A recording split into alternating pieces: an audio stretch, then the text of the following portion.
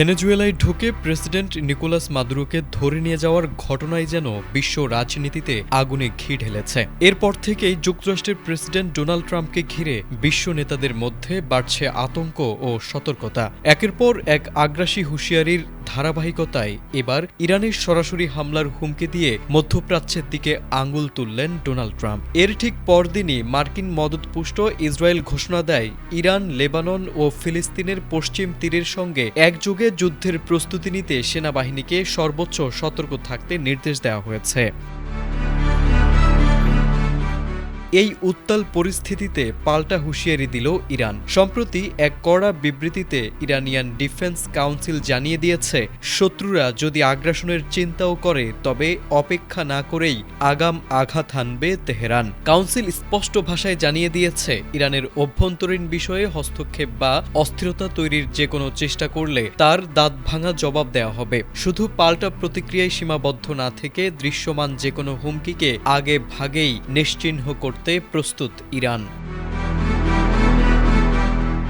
এই হুঁশিয়ারি এসেছে এমন এক সময়ে যখন ইরানের বিপ্লবী গার্ড বাহিনী আইআরজিসি তাদের আকাশ প্রতিরক্ষা ও ক্ষেপণাস্ত্র সক্ষমতা যাচাইয়ের বড় ধরনের সামরিক মহড়া চালিয়েছে। একই সঙ্গে দেশের ভেতরে চলছে তীব্র অস্থিরতা, চরম মুদ্রাস্ফীতি ও মুদ্রার মান পতনের জেরে ছড়িয়ে পড়েছে গণবিক্ষোভ। ইসরায়েলের গোয়েন্দা সংস্থা প্রকাশ্যে স্বীকার করেছে এই বিক্ষোভে তাদের হাত রয়েছে। এমনকি ট্রাম্প নিজেও ইরানের বর্তমান সরকার উৎখাতে হামলার হুমকি দিয়েছে। নিরাপত্তা বাহিনী যখন অভ্যন্তরীণ চাপ সামলাতে হিমশিম খাচ্ছে, ঠিক তখনই শত্রুপক্ষের দিকে তাকিয়ে আগাম যুদ্ধের বার্তা দিল তেহরান।